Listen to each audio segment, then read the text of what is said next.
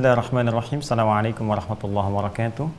Alhamdulillah rabbil alamin. Wassalatu wassalamu ala rasulillahil karim Sayyidina Muhammadin wa ala alihi wa sahbihi wa dhurriyyatihi wa ummatihi ila yaumiddin. Wa ba'd. Fa ya ahbaballahi wa ahbab rasulih sallallahu alaihi wasallam, usi nafsi wa iyyakum bi taqwallahi faqad fazal muttaqun. Fala tamutunna illa wa antum muslimun. Faqala ta'ala: Ya ayyuhalladzina amanu taqullaha haqqa tuqatih wa la tamutunna illa wa antum muslimun. Saudara-saudariku dimanapun Anda berada, Alhamdulillah terhubung kembali lewat kajian Madrasah Al-Imam Al-Bukhari. Hari ini telah sampai kita di tanggal ke-12 ya, bulan Ramadan. Tak terasa ini sudah 12 hari menunaikan ibadah siam. Semoga seluruh ibadah kita diterima oleh Allah Subhanahu wa taala, siam kita, kemudian qiyam kita, salat, rukuk, sujud, dan terkhusus doa-doa kita semoga berkenan dikabulkan oleh Allah Subhanahu wa taala dengan pengabulan terbaik insyaallah. Amin ya rabbal alamin. Pun yang lebih penting adalah di antara itu semua semoga dosa kita diampuni oleh Allah Subhanahu wa taala. Karena tiada waktu berlalu bahkan berlangsung di hari-hari Ramadan 24 jam setiap hari kecuali menghadirkan ampunan Allah Subhanahu wa taala. Seperti yang telah kita uraikan di pertemuan lalu. Bahkan ini disebut dengan Ramadan sebagai isyarat kepada kita, salah satunya Allah berkenan menggugurkan dosa-dosa, menghanguskannya seperti sinar terik mentari membakar dan menghanguskan setiap benda yang ada di sekitarannya. Alhamdulillah kita masih dalam kajian Kitabus Shaum karya Imam Al-Bukhari. Kini kita akan masuki bab ke-7 ya. Bab juga yang tidak kalah penting dari hadis-hadis terkait Kitab Shaum yang disampaikan oleh Imam Al-Bukhari, dan ini menjadi petunjuk yang penting bagi kita bagaimana mengisi rutinitas kegiatan Ramadan yang ditunjukkan atau bahkan digambarkan oleh Rasulullah SAW. Langsung saja saya kira ini kita berada di Kitabus Shaum, kitab ke-30. Kalau yang kitab biasa sama dengan saya, seperti ini. Ente bisa dilihat di halaman 282 ya, sebelah kiri, paling atas nih, bab yang ke-7. Kalau mungkin berbeda, yang Anda mungkin ada syarahnya, ya mungkin syarahnya Fathul Bari, karya Ibnu Hajar Al-Asqalani, atau yang karya yang lain, itu kan silahkan dicek, disamakan babnya, bab yang ke-7. Ya. Bismillahirrahmanirrahim, bab yang ke-7. Babun ajwadu makanan Nabi sallallahu alaihi wasallam yakunu fi Ramadan. Masya Allah, ya kan? Ini selalu ada variasi ya di pemberian bab ya, atau subtema di kitab Sahih Al-Bukhari. Jadi kalau tema besarnya disebut dengan kitab seperti sering saya uraikan, kemudian subtemanya disebut dengan bab. Kadang-kadang beliau mengidhofatkan, misalnya bab ya wujub siam Ramadan, atau bab wujub ya shaum Ramadan, bab tentang dalil kewajiban puasa. Kadang-kadang beliau bikin jadi umum gitu kan. Jadi umum, jadi mubtada khabar. Kemudian selanjutnya nanti mubtada khabar lagi menjadi sifat kepada babnya atau bayan gitu kan. Seperti misalnya babun as-shaumu kafarah. Masih ingat ya di bab yang kedua itu di Kitabus Shaum. Ya, hadza babun as-shaumu kafaratun. Pun demikian di sini di bab yang ke-7 teman-teman sekalian, babun gitu kan. Babun ajwadu makanan Nabi sallallahu alaihi wasallam yakunu fi Ramadan. Ini seperti dengan bab yang ketiga. Tadi saya sebut ketiga ya, babun as-shaumu kafaratun. Di sini pun babun, asalnya hadza babun. Ini adalah subtema yang masih terkait erat, terkorelasikan dengan pembahasan kitab as-shaum yang terkait dengan segala hal penunaian puasa. Apa isinya? Ajwadu makanan Nabi sallallahu alaihi wasallam yakunu fi Ramadan. Masya Allah, ya masya Allah, masya Allah. Tentang hal terbaik ya, ajwad itu yang paling berkualitas, yang paling bagus gitu. Jadi kalau misalnya kita lagi beli barang, misalnya dalam konteks barang ya, kita mau beli makanan atau kita mau beli misalnya pakaian, orang Arab berkata ishtibagha gitu kan, atau madza turid ya, madza turid. Jadi kalau di bahasa orang Saudi ishtibagha, kalau misalnya di bahasa orang Libya shintibi shintibi kan, madza turid. Tapi kalau yang fasih kita katakan di bahasa yang fasihnya, fasih itu yang semua orang Arab memahami, itu bahasa Al-Quran. Makanya dari Al-Quran turun grammar ya. Jadi jangan Al-Quran kemudian harus dicocokkan dengan gramatikal umum, itu keliru, artinya belum ngerti bahasa Arab. Jadi turunan gramatikal bahasa Arab itu baru lahir ya ketika mengambil pemaknaan dan pembelajaran dari Al-Quran. Jadi Al-Quran itu sebetulnya standar pusat kebahasaan. Jadi kalau ada orang datang kekinian ngoreksi Al-Quran, nah itu kurang baca, kurang belajar. Ya saya pernah lihat tayangan di salah satu YouTube tuh, ada orang berani mengoreksi Al-Quran, bahkan nulis buku katanya nggak sesuai dengan standar bahasa Arab. Berarti dia telat lahir itu. Dia telat lahir, kurang referensi. Ya orang jahiliyah aja menjadikan Al-Quran sebagai referensi kebahasaan. Ya. Dan mereka paling fasih bahasanya. Makanya Al-Quran diturunkan itu untuk memberikan gambaran tentang kefasihan bahasa, dan mereka mengakui kefasihan Al-Quran. Makanya nggak ada yang pernah nanya. Saya belum pernah dengar ada Abu Jahal misalnya diriwayatkan bertanya, apa tafsir dari Alif Lam Mim? Apa tafsir dari Yasin? Apa tafsir dari ini? Tidak, mereka paham. Mereka mengerti. Makanya Omar itu, ya saking kerasnya terhadap Nabi asalnya, Nabi mendoakan, itu baru dengar Toha. Toha langsung lembut, saking ngertinya. Ya Toha, dengan lembut, tek, manzalna alaikal Qur'an litashqa, langsung. Tiba-tiba ada kelembutan, tiba-tiba masuk Islam dan sebagainya. Itu baru bacakan 1-2 ayat langsung lembut. Anda dibacakan Yasin 1 surat, Al-Kahf tiap Jumat dan sebagainya, masih keras juga, ada yang aneh gitu kan. Nah, maka di sini kalau kita ingin berikan kualitas terbaik, itu Al-Qur'an jadi standar gramatikal dari seluruh turunan bahasa Arab. Ya, nanti di situ setiap daerah punya bahasa lokal. Ya, dialek kayak kita di sini di Indonesia kan, bahasa Indonesia, bahasa persatuannya bahasa Indonesia, kan? Tapi kan di daerah-daerah punya bahasa-bahasa lokal, bahasa-bahasa daerah. Ya, seperti saya misalnya kan Abdi di Jawa Kulo gitu kan, orang Betawi misalnya aneh dan seterusnya, kata bahasa Arab anak dia. Nah, jadi itu yang standarnya. Nah, kalau kita ingin katakan misalnya madza turid, ya orang Arab tanya, kita sedang belanja misalnya kan atau cari sesuatu, madza turid, hadzal kitab fi hadzal mawdu', saya pengen buku ini di judul ini. Misalnya saya pengen buku tentang tarikh, ya, tarikh al-Islam, tarikh Nabi SAW, perjalanan sejarah Nabi SAW. Terus kan karyanya banyak. Ya, madza turid, ayul muallif turidu, yang pengarang yang mana yang kamu pengenkan. Nah, Anda belum tahu pasti yang mana, tapi Anda pengen yang terbaik. Maka Anda katakan, ana urid ajwada. Ya, ana urid ajwadahu. Ya, saya pengen yang paling bagus kualitasnya. Ya, atau pakai alif lam, ana uridil ajwad. Ya, atau beli misalnya ini baju, Anda katakan saya pengen kualitas yang paling bagus, ana uridil ajwad. Ya, minal kumash, yang kainnya yang paling bagus. Nah, jadi ajwad itu yang paling kualitas, paling bagus, paling baik, ya. Makanya dari sini ini punya akar dari kata jaudah, ya, jada ya judu gitu kan. Kemudian di situ ada turunan lagi, hybrid katanya, dari fasihnya ada kata tajwid, pernah kita temukan. Ya, jawwada yujawwidu, tajwidan, membaguskan kualitas, ya, membaguskan sesuatu. Kalau dibawa ke ilmu bacaan tajwid, maka diarahkan ke bagus kualitas bacaannya. Bagus dari pengucapan hurufnya, bagus dari makharijnya, bagus sifatnya dan sebagainya. Makanya kalau kita ngaji ilmu tajwid, saya ambil contoh, misal dulu saya 97 belajar tajwid, kitabnya Hidayatul Mustafid. Ya, Hidayatul Mustafid fi ilmi tajwid. Enggak tebal, tipis banget ya, tapi isinya bagus, padat, ringkas. Ya, at-tajwidu lughatan al-ityanu bil jayyidi wa istilahan ilmun yurafu bi haqqo mustahaqqa min as-sifati wal muludi wa ghairi dhalik kat tarqiqi wa tafkhimi wa nahwihima. Ya, ma ghayatu ilmu tajwid ghayatu bulughan nihayati fi itqani lafdhil qur'ani alamatu luqiyya min al-hadrati nabawiyyati as-sahiyyati wa qila ghayatuhu sawnul lisani anil khata'i fi kitabillah ta'ala. Ya kan? Nah, apa arti ilmu tajwid itu? Mendatangkan sesuatu yang berkualitas, yang bagus. Al-ityanu bil jayyid. Jayyid pun seakar dengan kata tadi, jada ya judu gitu kan. Di situ dari kata jayyid, tajwid, ya, termasuk ajwad, mendatangkan sesuatu yang berkualitas. Ya, kalau kita istilahkan dalam konteks yang belajar tajwid, ya, suatu ilmu yang diketahui dengan ilmu itu, cara melafadzkan Al-Quran dengan benar, sifatnya, madnya, tebalnya, tipisnya dan sebagainya, sehingga sesuai dengan yang dicontohkan atau ditunjukkan Nabi SAW yang difirmankan oleh Allah Subhanahu Wa Taala. Jadi kalau di sini ada babun hadza babun, kan, ini adalah pembahasan satu subtema yang sangat penting yang nggak bisa dipisahkan dari tema tentang saum. Ya, apa yang nggak bisa dipisahkan? Nanti kita lihat. Ajwad makanan Nabi sallallahu alaihi wasallam yakunu fi Ramadan. Ya, jadi adalah segala yang dibiasakan, atau kita ambil bahasa ringkasnya, kebiasaan Nabi sallallahu alaihi wasallam yang berlangsung selama Ramadan, dan ini yang terbaik diantaranya, yang paling berkualitas. Jadi kalau Anda misalnya ingin melihat kegiatan-kegiatan Nabi, aktivitas Nabi sallallahu alaihi wasallam, ingin kita melacak apa yang dikerjakan Nabi selama Ramadan, dan kita urutkan berdasar kualitasnya. Ya, ini yang kualitas biasa, ini standar, kan? Ini yang menengah, ini yang paling tinggi, yang bagusnya. Nah, ini Al-Imam Al-Bukhari menempatkan di antara pembahasan ini di bab yang ke-7, yaitu kegiatan Nabi yang paling berkualitasnya, yang paling bagus gitu kan. Apa itu? Nanti kita lihat. Bismillahirrahmanirrahim. Hadza babun ajwadu ma kana Nabi sallallahu alaihi wasallam yakunu fi Ramadan. Ya, ini adalah kebiasaan Nabi sallallahu alaihi wasallam yang berlangsung selama Ramadan beliau, yang penuh kualitas, yang bagus. Jadi ada kana, ada yakun. Ya, karena berarti sesuatu yang telah berlalu, yakunu yang dibiasakan terus. Jadi ini bagus sekali ta'bir atau pengungkapan kalimatnya.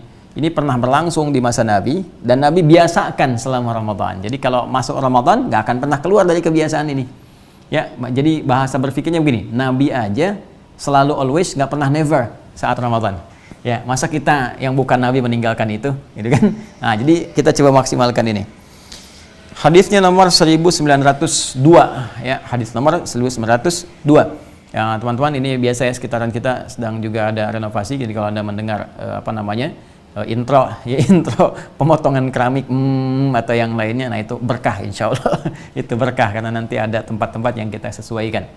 Baik, hadis nomor 1902.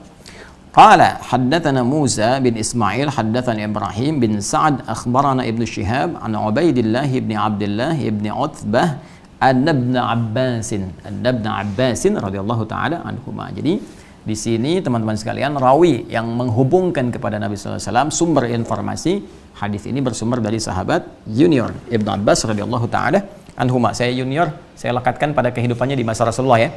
Ya, karena sahabat mulia ini Ibnu Abbas ini lahirnya tahun kalau Masehnya 619 Masehi. Ya, 619 Masehi. Nanti usianya 68 tahun sampai beliau wafat. Ya, jadi sepeninggal Nabi masih hidup dan ini lahir ya beberapa masa sebelum Nabi hijrah ke Al-Madinah Al-Munawwarah. Ya, jadi masih dini, masih usia-usia belia gitu kan lahirnya, makanya saya kategorikan ke kelompok sahabat junior.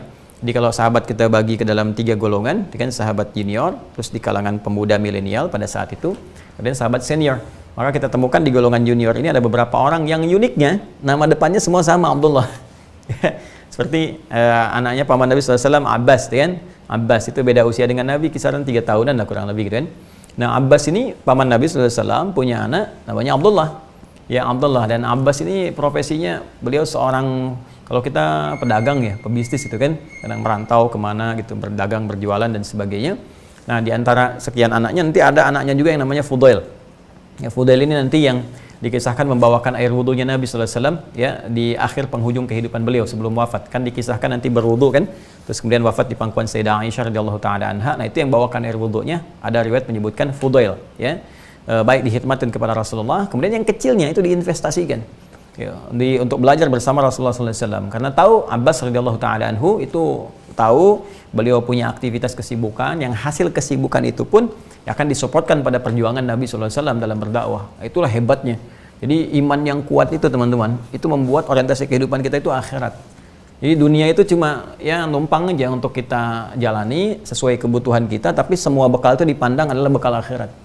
Ini cara berpikir yang sangat luar biasa. Semua sahabat Nabi begitu. Jadi mereka itu benar-benar yakin. Makanya mereka dalami betul yang Al-Baqarah ayat keempat itu. Wabil akhirati hum yuqinun. Mereka yakin betul. Yakin betul. Kan itu levelnya dinaikin kan untuk menguatkan keyakinan. Padahal iman aja, itu kan iman yakin tanpa ragu. Ya, yakin tanpa ragu. Jadi kan ayat ketiga itu udah alladzina yu'minuna. Ya, yu'minun dibuka dengan iman. Yakin tanpa ragu. Karena yakin tanpa ragu itu dia cari bekal akhirat. Jadi kalau nggak yakin, ngapain kita sholat? Ngapain kita infak? Kan? Itu kan untuk kebutuhan akhirat kita. Ya kan? Karena kita yakin setelah kematian, setelah kita wafat itu kan pintu gerbangnya. Ya, pintu gerbang yang mengantarkan kita pada rahmat Allah. Dengan rahmat itu bisa dapat surga. Jadi ada rahmat, dengan rahmat dapat masuk surga, ya kan? Dan kita kan pengen ke surga, artinya pengen rahmat Allah. Nah, pintu gerbang itu kematian. Jadi kalau ada orang pengen ke surga kemudian tapi nggak pengen meninggal, nah itu mimpi mimpi yang nggak nyampe-nyampe gitu. Ya, setiap kita pasti meninggal. Makanya wafat itu keniscayaan pasti terjadi. Tinggal persiapan aja. Nah, waktu kita menujunya disebut ajal namanya. Quran surah ke-7 ayat 34. Walikulli ummatin ajal fa idza jaa ajaluhum la yastakhiruna sa'ata wa la yastaqdimun. Setiap umat ya itu semua, bukan 1-2 orang punya batas waktu kehidupan. Nah, jenjang batas kehidupan itu yang disebut dengan ajal, itu yang mengantarkan kita pada rahmat Allah. Kalau sudah tiba nggak bisa maju, nggak bisa mundur. Ya, karena itu teman-teman sekalian, penting bagi kita mengambil visi kehidupan ini. Nah, Al-Quran memberikan kekuatan pada jiwa untuk meyakinkan itu dengan lebih. Makanya ketika masuk kepada bab akhirat, kan bab akhirat di pembuka surah Al-Baqarah di ayat yang keempat itu, penutupnya wabil akhirati hum yuqinun. Dan untuk urusan akhirat mereka betul-betul yakin. Karena yakin itu semua aktivitas kehidupan dunia itu diarahkan untuk memenuhi bekal kehidupan akhirat. Begitu cara berpikirnya seorang beriman tuh. Ya, seorang beriman, karena seorang muslim belum tentu beriman yang sejati, yang sesungguhnya. Ya, muslim yang sesungguhnya itu adalah ketika dia beriman dengan lisannya mengatakan saya mukmin, saya beriman, maka iman itu masuk ke dalam jiwanya.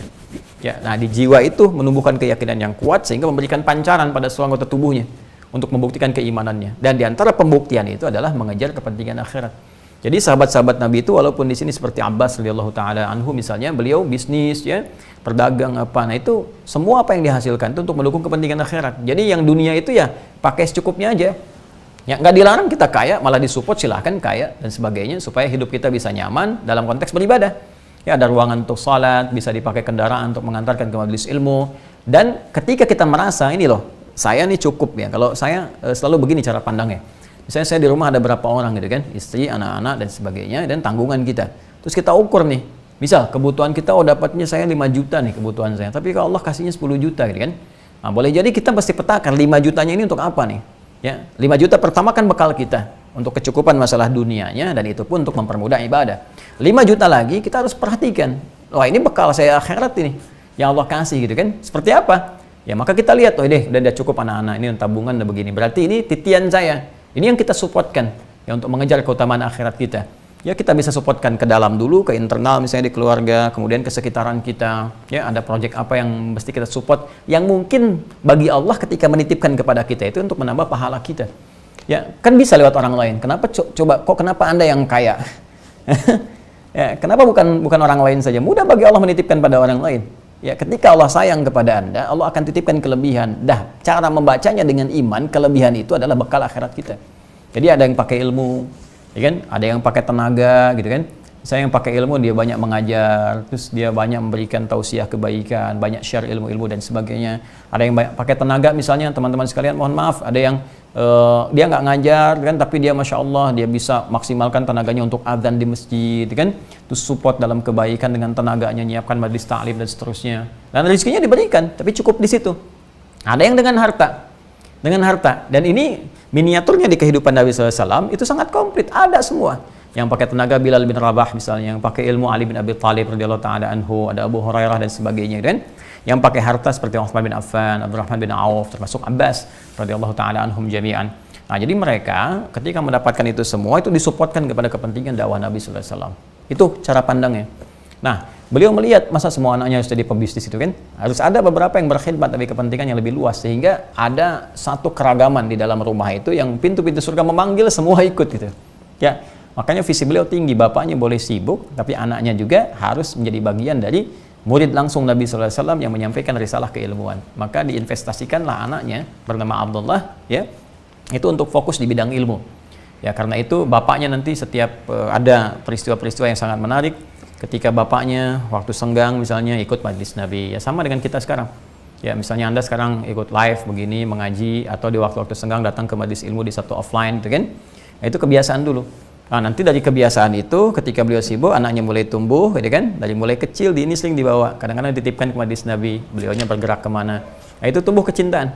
Anak itu kan di mana ditempatkan, di situ rasa cintanya muncul. Maka cinta kepada Nabi sallallahu alaihi wasallam. Kemarin di hadis yang aku suka, dia bersama Kak Amil itu, saya praktekkan cara menyusun saf.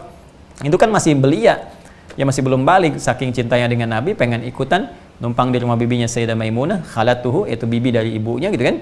Kemudian di situ beliau numpang pengen tahu kebiasaan Nabi malamnya bagaimana bangun, sampai muncul riwayat saf sejajar dengan hadis salat tarawih atau qiyam lail itu dengan dua-dua itu di ujungnya satu. Itu kan Ibnu Abbas.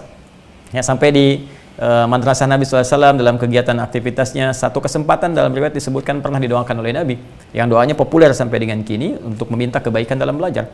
Allahumma faqihhu fid din wa 'allimhu ta'wil. Ya Allah berikan pemahaman kepadanya. Ibnu Abbas radhiyallahu taala anhuma, kan? Pemahaman yang kuat dalam agama dan berikan kemampuan untuk bisa menafsirkan isi Al-Quran, memahami yang sulit-sulit, sehingga beliau disebut dengan turjumanul Quran, terjemahnya Al-Quran, pemakna Al-Quran sepeninggal Nabi sallallahu alaihi wasallam. Nah, jadi ayahnya konon dikisahkan begitu Nabi SAW itu wafat dalam kegiatan hariannya itu, ya itu dilacak Abbas itu punya koleksi 200 hadis. Ya, anaknya Abdullah itu punya koleksi 2000 hadis. Dan dalam keadaan yang masih belia, ada yang menyebutkan 13, 14, atau 15 tahunan. Jadi sepeninggal Nabi SAW itu wafat, Nabi SAW beliau masih berusia sangat belia. Ini masih sahabat junior. Nah, tadi saya katakan beberapa namanya Abdullah semua. Ya, ada anaknya Umar bin Khattab, Abdullah juga, Abdullah bin Umar. Ada anaknya Amr ibn Al-As, ya Abdullah juga, Abdullah ibn Amr bin Al-As. Itu tiga-tiganya punya keunikan. Ya, punya keunikan. Nanti kita akan temukan teman-teman sekalian. Yang satu jadi ahli Quran, satu jadi ahli hadis, satu jadi ahli fiqh nanti. Dan itu sangat menarik. Maka nanti ada yang dari kecil baru usia 9 tahun udah minta nikah saking pahamnya fikih munakat dan sebagainya. Nanti lain waktu lah kalau kita ngaji di ilmu hadis, kita belajar tentang rawi ya, kita nanti bisa bahas beberapa hal-hal yang sangat inspiratif sifatnya. Nah, dari 2000 hadis ini, teman-teman sekalian, ini satu yang sampai kepada kita, yang dicuplik oleh Al-Imam Al-Bukhari dalam kitab sahihnya. Dan setiap menyebutkan, ini faedahnya, ini yang saya ingin sampaikan. Setiap menyebutkan hadis dari hasil investasi orang tua terhadap anak-anaknya, itu doanya pun radhiyallahu taala itu langsung diikutkan orang tuanya. Ya, biasanya kan anak Abi Hurairah radhiyallahu taala anhu, ya kan? Nah, ini tidak. Ketika ada anak terlibat di situ, Ibnu Abbas, ya, bahkan Abdullahnya namanya aslinya dibuang, diikutkan ke nasabnya, ibnnya, binnya, laki-laki, anak laki-laki. Jadi terkenalnya kan Abdullah kan nama aslinya, ya kan? Abdullah, anak laki-lakinya Abbas ibnu. Ya, ibnun asalnya. Kalau perempuan ibnatun, kalau laki-laki ibnu disingkat jadi bin, perempuan ibnatun jadi bintun. Ini kalau binti, anak perempuan, ibni, anak laki-laki. Isa bin Maryam, Isa anak laki-lakinya Maryam, ya kan? Alaihissalam. Nah, sedangkan di sini Ibnu Abbas, anak laki-lakinya Abbas. Jadi ketika ada rawi meriwayatkan dan dia anak seorang bapak yang punya investasi, maka disebutkanlah kemudian bapaknya sebagai penghargaan kepada ayahandanya dan anaknya diikutkan di sini. Ya, ini yang dalam bahasa Al-Qur'an nahnu narzuquhum wa iyyakum, atau dalam satu ayat yang lain nahnu narzuqukum wa iyyahum. Jadi ada rezeki yang Allah berikan lewat anak kepada orang tua, ada dari orang tua kepada anak. Ini gabungan keduanya. Jadi nggak ada yang sia-sia bapak investasi kepada anak, anak memberikan yang terbaik. Sekarang saya tanya, anak Anda ya, atau anak saya, anak kita, harus ada pertanyaan pada diri kita.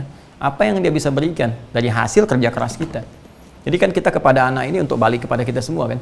Hasil Anda itu apa hasilnya? Ya, nanti hasilnya ada yang berupa akhlak, ya, perlakuan kepada orang tua seperti apa, bisa nggak menyayangi. Jangan-jangan orang tua, ya banyak kisah sekarang, naudzubillah min dzalik, kan terjadi orang tua disakiti, ada yang beri ya mohon maaf lah, dibantarkan ke panti jompo dan sebagainya, ada yang bahkan berbuat zalim, waliyadzubillah, kan? Nah, itu kan perbuatan itu harus dicek ke orang tua dulu, itu apa yang diberikan pada anak dari kecilnya, disekolahkan di mana, didik seperti apa dan sebagainya. Dan puncaknya adalah apa yang kita bisa hasilkan dari pendidikan anak itu yang Allah titipkan kepada kita untuk akhirat kita. Nah, ini satu hadis dibacakan dari 2000 hadis, setiap hadis ini dibahas, Allahu Akbar, berapa pahala dihasilkan. Dan ini pasti dibahas setiap Ramadan. Setiap Ramadan. Sekarang berapa juta, berapa miliar umat Islam di muka bumi ini membahas ini. 1 miliar aja bahas, berarti 1 miliar pahala mengalir pada Ibnu Abbas, pada bapaknya Abbas. Ini dari satu hadis kali 2000. Allahu Akbar, sampai dengan kehidupan berakhir tetap ada ini yang disebut jariyah. Ilmin yuntafa'u bihi, ilmu yang bermanfaat. Ya, idza matal insanu aw idza mata al-'abdu inqata'a sayru 'amali illa min thalath. Ya, shadaqatin jariyah, ilmin yuntafa'u bihi, waladin salihin yad'u lahu.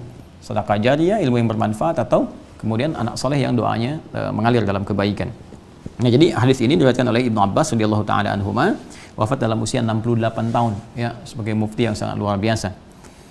Qala, beliau menyampaikan, kana Nabi sallallahu alaihi wasallam, adalah kebiasaan Nabi sallallahu alaihi wasallam, adalah keadaan Nabi sallallahu alaihi wasallam, kana Nabi sallallahu alaihi wasallam, adalah keadaan Nabi sallallahu alaihi wasallam, ajwadan nas, orang yang paling bagus ya kualitas hidupnya. Ajwad itu juga di sini bisa diartikan ada ketawaduan, kelembutan, kerendah hatian. Pokoknya kualitas hidup yang bagus lah. Jadi semua aspek kebaikan itu berkumpul di situ sehingga menunjukkan kualitas insan yang paripurna. Saya pengen pegawai yang SDM-nya paling bagus. Nah, itu ajwad nas, kan? Ajwad al-amilin, kan? Ajwad al-muwaddafin, pegawai yang paling bagus lah kualitasnya. Di sini disebutkan dari semua manusia yang pernah hidup di muka bumi. Nah, itu Nabi disebut dengan ajwad nas. Ya pantas lah, Allah sudah jamin kok di Al-Qur'an. Ya kan? Masih ingat di Quran surat 33 itu, di ayat ke-21, laqad kana lakum fi rasulillahi uswatun hasanah, ya kan? Dan kami telah tetapkan di sisi Rasulullah SAW itu dalam pribadi kehidupannya itu ya suri teladan yang terbaik, dan persaksiannya disaksikan oleh orang-orang yang hadir di sekitar beliau. Ya, maka di sini dikatakan karena Nabi sallallahu alaihi wasallam ajwadan nas bil khair. Ya, adalah Nabi sallallahu alaihi wasallam orang yang kualitasnya paling bagus di antara manusia dalam menyampaikan setiap kebaikan. Khair itu udahlah, kalau sudah disebutkan ajwadan nas bil khair, maka semua puncak kebaikan ada di beliau. Ya. Kemudian, nah, dari setiap yang baik itu, kan di Ramadan kita diminta mengerjakan kebaikan, amal soleh, gitu kan? Nah, sekarang dari sekian kebaikan itu yang melekat pada Nabi, dari senyumnya, katanya, perilakunya, sedekahnya, apanya, semua yang terbaik, yang paling top ya, TOP BGT-nya ada di Nabi lah. Ya, yang paling mulianya ada di Nabi sallallahu alaihi wasallam. Nah, sekarang di sini saat Ramadan bagaimana penampakan dari kebaikannya itu? Mari kita lihat. Kemudian wa kana ajwadu ma yakunu fi Ramadan. Masyaallah, gitu kan? Wa kana ajwadu ma yakunu fi Ramadan hina yalqahu Jibril. Kalau saya sih menurut, mungkin ini ada sedikit harakat ya. Oh iya, bisa menggunakan rafa, bisa menggunakan rafa. Kalau kita mau kembalikan ke Nabi wa kana ajwada, kalau kita mau katakan ke kepribadian, maka jadinya ajwadu di sini. Baik, karena Nabi sallallahu alaihi wasallam ajwadan nas, adalah Nabi sallallahu alaihi wasallam orang yang paling bagus kualitasnya di antara manusia bil khair, dalam setiap kebaikan. Wa kana ajwadu ma yakunu fi Ramadan, dan adapun yang terbaik, yang muncul kualitas terbaik itu ya pada saat Ramadan tiba. Tadi saya katakan di awal kan, kegiatan Nabi itu banyak yang baik-baiknya. Nah, ketika Ramadan yang paling tinggi kualitasnya apa? Yang paling bagus itu kan seperti apa? Baik, mari kita lihat. Wa kana ajwadu ma yakunu fi Ramadan hina yalqahu Jibril. Wah, yaitu saat Jibril datang mengunjungi beliau. Jadi setiap Ramadan itu Jibril datang, kan mengunjungi Nabi sallallahu alaihi wasallam secara rutin setiap Ramadan. Nah, sekarang kita akan lihat. Ini yang akan kita ambil pelajarannya teman-teman sekalian, apa yang Nabi lakukan saat dikunjungi Jibril alaihissalam. Ya, saat berinteraksi dengan malaikat Jibril alaihissalam.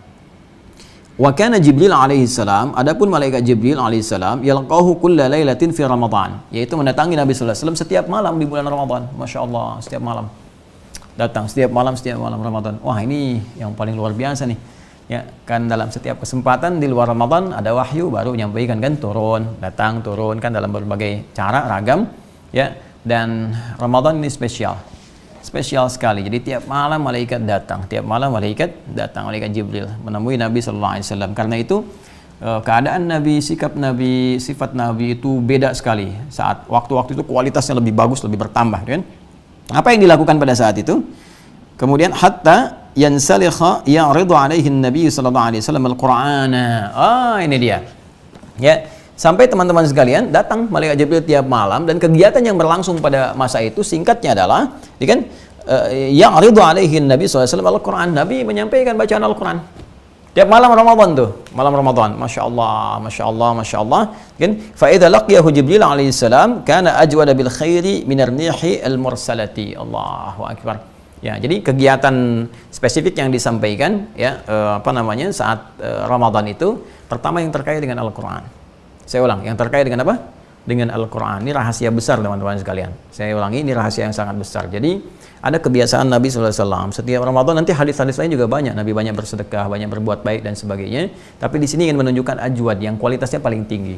Apa kualitas paling tinggi itu? Ternyata Nabi memanfaatkan ibadah di malam Ramadan.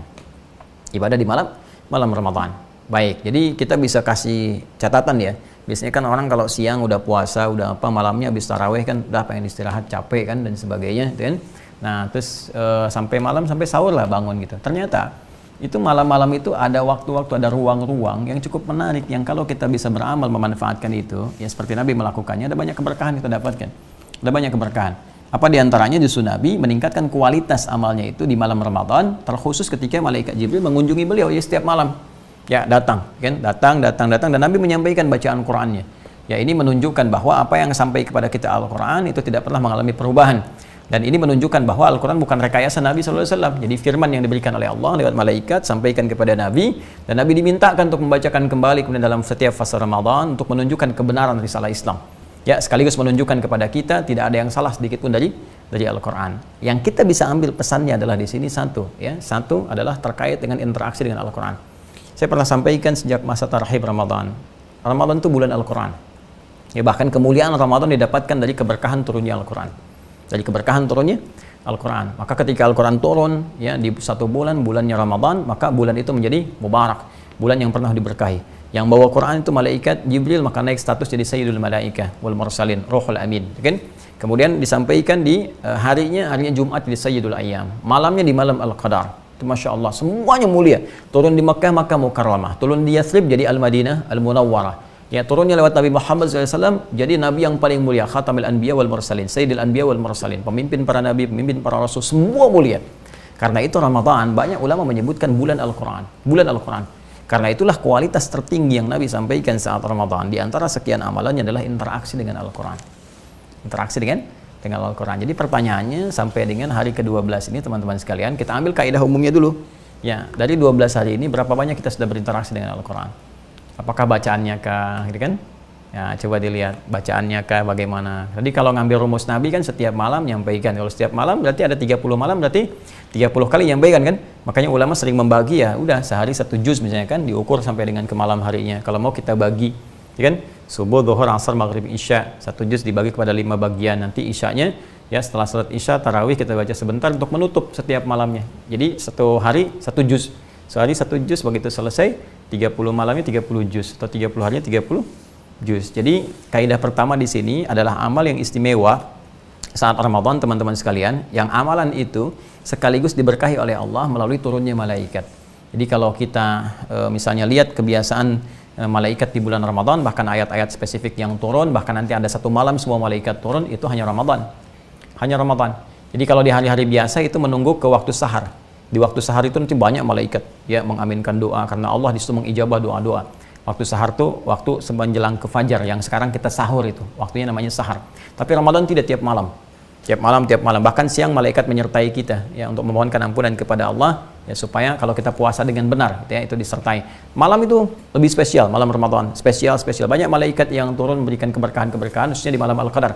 Tanazzalul malaikatu warruhu fihi ya. Jadi mereka turun di setiap malam Al-Qadar itu, semua malaikat, sampai sunyi senyap keadaan di alam semesta ini, sampai Ibnu Katsir rahimahullah itu memberikan gambaran kepada kita saking senyapnya, menunjukkan ketenangan ya dalam lingkungan sekitaran, sehingga tanda Al-Qadar diantaranya disebutkan oleh para ulama, tenang suasananya gitu kan, nggak terlalu berisi, kemudian alamnya tenang, teduh, besoknya matahari nggak terlalu panas ya, nggak terlampau juga redup ini, jadi ya ideal keadaannya. Nah jadi teman-teman sekalian, pertama adalah kita evaluasi sampai dengan hari ini bagaimana interaksi kita dengan Al-Quran. Coba sudah baca berapa juz, ya kan? Sudah baca berapa banyak? Sudah belajar belum mengevaluasi bacaan-bacaan kita, pemahamannya bagaimana? Bahkan ada yang menghafal. Nah ini kembali kepada kita, teman-teman sekalian. Kalau Nabi membiasakan interaksi dengan Al-Quran, kita sudah sampai mana? Nah dan ternyata Al-Quran ini begitu pentingnya, teman-teman sekalian, itu keberkahan akan menyertai. Jadi sebetulnya inti dari ini adalah ketika Anda bisa memaksimalkan ibadah dengan Al-Quran dan meningkatkan kualitasnya, itu yang terbaik selama Ramadan, maka Al-Quran akan mendatangkan banyak keberkahan. Banyak keberkahan. Kalau nggak percaya silakanlah. Minimal pertama ketenangan kepada jiwa kita dulu. Terus ada dorongan untuk merubah kebiasaan kita. Karena orang dekat dengan Al-Quran itu pasti tanda pertamanya kalau benar dia baca aja, itu merubah perilaku jadi lebih baik. Itu keberkahannya. Ya, jadi dia lancar baca aja, malaikat satu ditugaskan kok, namanya syafaratul kiramil bararah. Ya walladzi yatata'u wa syaquna alaihi dan falahu ajran. Kemudian ada pun yang lancar masyafaratil kiramil bararah. Jadi orang yang lancar bacaannya, teman-teman sekalian, yang terbiasa baca, pengen baca, yang kayak tadi Nabi mempresentasikan, menyampaikan bacaannya kepada malaikat, kan? Terus dalam bahasa kita khataman, kan? Terus, nah itu orang yang lancar terbiasa baca, Allah kemudian berikan perlindungan lewat malaikat syafaratil kiramil bararah. Kiram yang mulia menjaga kemuliaan, bararah mengarahkan pada kebaikan. Makanya orang yang benar bacaannya saja, ahli Quran dari segi qiraah, itu akan terdorong berbuat baik. Ya. Sabiqum bil khairati biidznillah, kalau surah Fatir ayat 32 itu gitu. Sabiqum bil khairati biidznillah, ditergerak untuk berbuat baik. Itu keberkahannya. Ya, belum keberkahan pahalanya. Setiap hurufnya itu kan Masya Allah, kalau hari biasa 10, Ramadan boleh jadi dikalikan lebih banyak daripada itu. Jadi Al-Quran ini kenapa disebut amalan inti saat Ramadan selain amalan-amalan yang lainnya, dan ini ditingkatkan kualitasnya oleh Nabi karena banyak mendatangkan, menarik magnet berbagai macam pahala, kebaikan, rahmat dan keberkahan. Dari pahalanya udah berapa banyak? Ya kalau sholat kan sekali selesai 10 gitu kan. Kalau berjamaah 27, kalau datang ke masjidnya tambah 25 dengan yang lain-lainnya. Quran tuh setiap hurufnya. Setiap hurufnya. Ya, Anda baca Al-Fatihah aja saya tanya berapa huruf, bukan berapa ayat, berapa huruf. Al-Baqarah hantam berapa huruf, bukan berapa ayat. Gitu kan? Berapa pahala didapatkan? Dan rumus pahala itu kan menutup dosa. Jadi kalau pahala kita dosa berbuat 1 nih, dapat pahala misalnya 10 kan nutup tuh, masih ada keuntungan 9. Dosa besar harus banyak lagi ini nutupnya nih, nggak mudah itu. Makanya ditaubatin dulu supaya lebih ringan ininya, jadi nutupnya lebih banyak. Dan amalan cerdas mengatakan setiap yang amalannya mungkin biasa tapi pahalanya banyak, itu yang kita kumpulkan, dan Al-Quran mewakili itu. Al-Quran mewakili itu, nggak pakai biaya, ini kan? Ya kita baca, dapat, Masya Allah berkahnya banyak. Jadi ketika peluang itu tinggi, maka tingkatkan kualitas usaha kita, ikhtiar kita, tingkatkan lagi lebih dari sebelumnya. Maka ini yang diistilahkan dengan ajwad. Jadi begitu luar biasa dampaknya. Dan di sini disebutkan ketika Jibril itu datang ya alaihissalam kepada Nabi sallallahu alaihi wasallam, kana ajwada bil khair minar rihil mursalah, maka kebaikannya semakin meningkat Nabi sallallahu alaihi wasallam, bahkan kelembutannya juga lebih dahsyat dibandingkan dengan angin yang bertiup sepoi-sepoi. Kalau angin yang bertiup sepoi-sepoi kan enak ya, Anda naik bisa ke pohon, itu kan ada anginnya teduh, nggak terasa kan? Wah enak tuh, bluk aja jatuh. Kalau lagi gini kan AC itu ya, AC itu kan Kalau di masjid kan begitu, ke mushola kemana kadang-kadang kita datang AC-nya enak, terus terbawa tuh, tek. Nah itu rihil mursalah, jadi angin yang bertiup sepoi-sepoi enak. Karena saking enaknya terasa nyaman. Kalau bayi digendong, gitu kan, terus gendongannya enak kan tidur tuh, ya kan? Ya saya punya baby, jadi begitu digendong terasa tuh kalau dia merasa nyaman, tangan kita menyesuaikan dia tidur. Nah itu artinya kan baik, kualitasnya bagus. Nah ini Nabi SAW setiap dikunjungi malaikat, setiap Ramadan bertambah kebaikannya, dan kebaikan itu menyenangkan, baik bagi dirinya apalagi juga bagi orang lain. Nah pelajaran yang bisa kita ambil dari hadis ini teman-teman sekalian, ada 3 hal. Yang pertama, kita hidupkan Ramadan dengan amal-amal soleh, dan diantara amal yang utama interaksi dengan Al-Quran. Ya kan? Ini yang paling penting, interaksi dengan Al-Quran. Cek ini hari ke-12, ya hati-hati. Kalau kita misalnya belum dapat semangat untuk Quran, berarti keberkahan belum dapat. Ya, ayo semampu kita belajar membacanya, maksimalkan dan sebagainya. Kedua, hidupkan ibadah di malam hari. Ya, walaupun kita puasa siang hari dan sebagainya, hidupkan ibadah walaupun mungkin kita petakan lah. Ya, setelah tarawih baca Quran sebentar, istirahat misalnya, bangun lagi tengah malam atau menjelang sahur, setengah jam sebelum sahur bisa. Salat 2 rakaat kan, kita berdoa, istighfar, dan di situ bacaan Quran lebih utama. Ya, kalau mau berdoa ambil doa-doa dari Quran misalnya kan, istighfar, la ilaha illa anta subhanaka inni kuntu minadh dhalimin, rabbana zalamna anfusana wa illam taghfir lana wa tarhamna lanakunanna minal khasirin, dan seterusnya. Itu akan indah kepada jiwa kita. Akan lain itu kan. Nah, kedua itu. Yang ketiga teman-teman sekalian, ada banyak keberkahan bisa didapatkan di bulan Ramadan, khususnya bersama Al-Quran ini, karena ada malaikat nanti yang akan menyertai. Termasuk hadisnya banyak yang sahih. Ya, di hadis Muslim misalnya tentang tilawah, Anda ngaji aja begini, ngaji, membahas maknanya, tafsir walaupun cuma 1-2 ayat, itu malaikat menyertai. Wa haffathumul malaika, di hadisnya, malaikat berkeliling. Wa dzakarahumullahu fi man 'indah, dan Allah menyanjung orang ini sampai selesai dia tilawahnya, apalagi di Ramadan. Jadi kalau Anda ingin dapat berkah, dapat pahala melimpah, dapat perubahan perilaku, dapat menjadi baik dan sebagainya, maka hadirkan Quran dalam kehidupan. Hadirkan Quran dalam kehidupan, dan lebih daripada itu bersikaplah baik. Karena Ramadan ini melatih kita menjadi pribadi yang lebih baik. Jadi bisa dilihat selama 12 hari nih, udah berhasil belum puasanya? Salah satu ukurannya adalah, selain dari ukuran ibadah, adalah berubahnya kita menjadi lebih baik.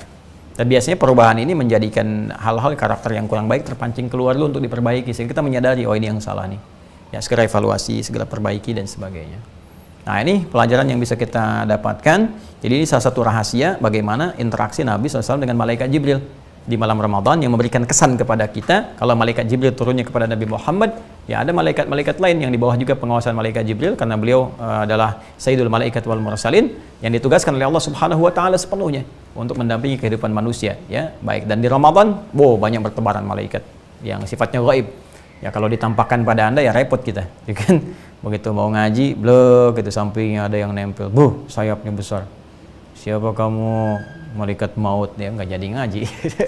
Makanya tidak ditampakkan supaya kita merasa nyaman beraktivitas. Nanti satu saat kita akan melihat bagaimana malaikat berbaris bersaf-saf yang rapi di hadapan Allah Subhanahu wa taala, seperti disebutkan di penghujung surah An-Naba itu. Nah, teman-teman, ini yang bisa kita tampilkan di hari ini, edisi ke-12 di episode Madrasah Al-Imam Al-Bukhari. Demikian yang kami bisa sampaikan. Semoga Allah merahmati kita, memberikan petunjuk pada kita, dan memudahkan kita untuk mengamalkan apa yang telah kita pelajari.